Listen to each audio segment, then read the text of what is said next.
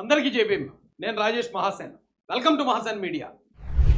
పాపం ప్రేమ పావురాల్లో పావురం మీద కేసులు నమోదవుతున్నాయటండి. దువ్వాడ సీను దివ్యల మాధురి. దువ్వాడ సీన్ గారి మీద ఇప్పుడు కేసులు నమోదైతే లోపలికి వెళ్లాల్సి ఉంటుంది. మరి పాప మా రెండో ప్రేమ పావురం దివ్యల మాధురి ఆ పసి మనసు ఎంత గాయపడుతుంది ఏంటో తలుచుకుంటే నాకు గుండె తరుక్కుపోతుందండి నిజంగా.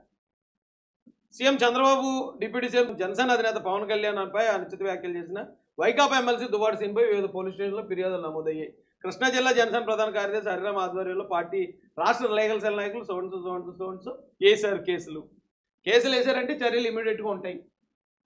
చర్యలు ఉన్నటువంటి మొదలైతే ఇది ఎలా ఉందో చూడండి. మ్యూజిక్ కోసానికి వైకాపా నేత సిన్నాడు పోషణ కృష్ణమూర్తి మంగళవారం కర్నూలులో న్యాయమూర్తి ముందు హాజరుపరిచారు. మొన్నే ఫస్ట్ అన్ని ఎక్కడికో తీసుకెళ్లారు, తర్వాత నరసరావుపేట అన్నారు, ఇప్పుడు వయా కర్నూలు తర్వాత మరి ఎక్కడికి వెళ్తారో తెలియదు. అంటే వాదనలో న్యాయమూర్తి ఆయనకు 18 దాకా రిమాండ్ విధించారు. ఆరోగ్యం సరిగా లేదు కాబట్టి కర్నూలు హెడ్ క్వార్టర్స్లో ఉండాలని పోతాను. హెడ్ క్వార్టర్లో సరిపోతుంది, లేదా కర్నూలు 5 స్టార్ హోటల్ ఏమైనా తీయమంటారా?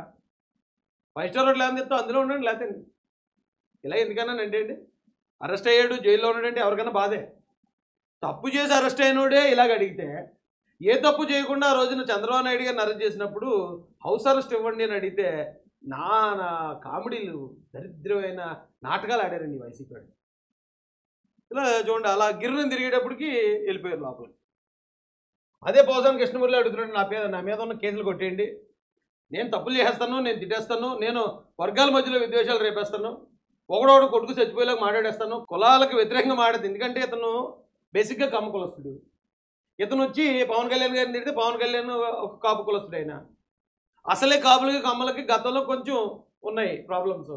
ఇప్పుడు అలాంటిది ఇతనితోటి జగన్మోహన్ రెడ్డి గారు తిట్టిందే కాపులందరూ ఆ కమ్మలకి ఎగెనిస్ట్ అవ్వాలి అనే కదా ఉద్దేశం.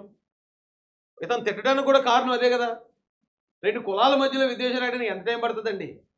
ఇప్పుడు ఇతను ఎలా తిట్టాడు, ఎవరో ఒకరు, అది కూడా వైసీపీ కూడా అయి ఉంటాడు, వైసీపీ నుంచి ఒకడు కాపు కులానికి చెందినోడు వెళ్ళి ఎరా నువ్వు కమ్ముడు అయ్యండి మా కాపుని తిడతావు వేసాడు అనుకోండి లెంపకాయ.